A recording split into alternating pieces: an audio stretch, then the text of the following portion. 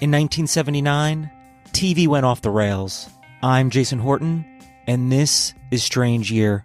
1979 brought us ESPN and Pink Floyd's The Wall, but a train on a collision course made 1979 a strange year. Super Train, 1979. On this week's Super Train Mystery, Hail to the Chief.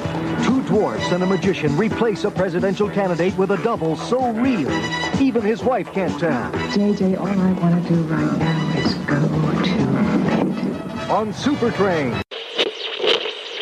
Super Train was a primetime drama that featured a high-tech train equipped with amenities similar to a cruise ship. The show was highly anticipated and was promoted as one of the most expensive series at that time, with a very lavish production budget. However, this train derailed fast. The series was so expensive that it almost caused NBC to go into bankruptcy.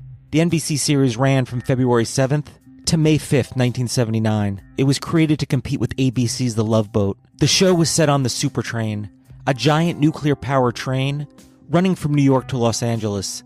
As with its rival, it was primarily about the social lives of passengers, with, of course, appearances from celebrity guests. Super Train came complete with murder, abduction, mystery, and romance. Head of NBC Fred Silverman, who was known as, quote, the man with the golden gut, because of his success greenlighting shows such as All in the Family, The Waltons, and Charlie's Angels, as well as having success with ABC, it would seem he can do no wrong, until the absolute misfire of Super Train.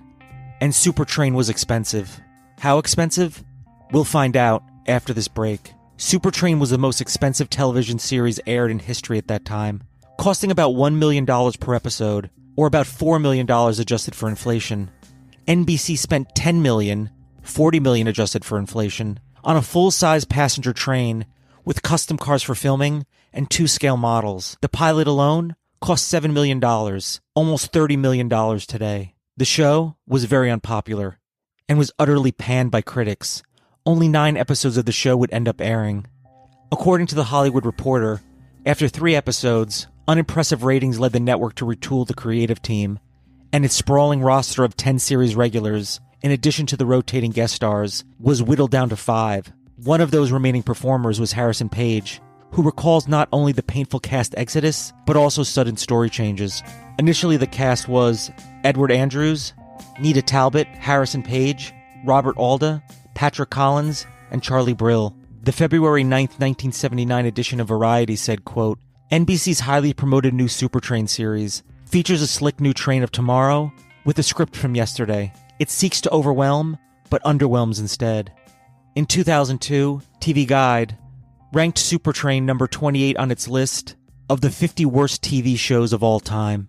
Thank you so much for listening, and I'll be back next time with another episode of Strange Year.